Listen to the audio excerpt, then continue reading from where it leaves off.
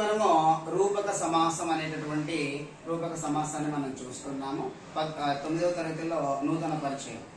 రూపక సమాసంలో మనం ఇలా ఒక పదాన్ని తీసుకున్నప్పుడు విద్యాధనం అనే పదాన్ని తీసుకున్నాం.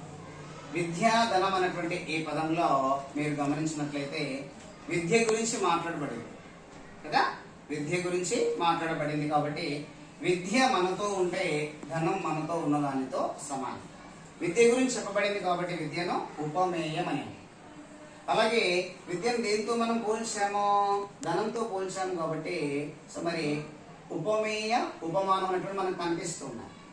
రైట్.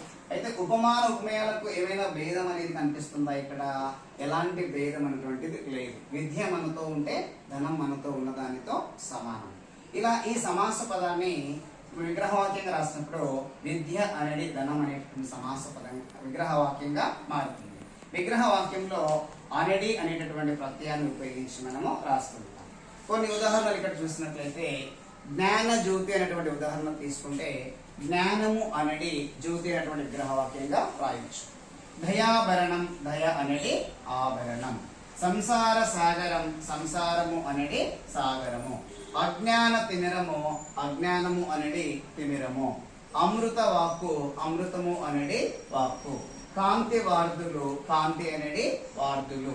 మత పిశాచి, మతము అనేది పిశాచి.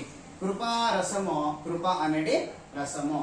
కీర్తి కన్యక, కీర్తి అనేది కన్యక. సో ఇలాంటి మనం నంబర్ ఆఫ్ ఎగ్జాంపుల్స్ చూడొచ్చు.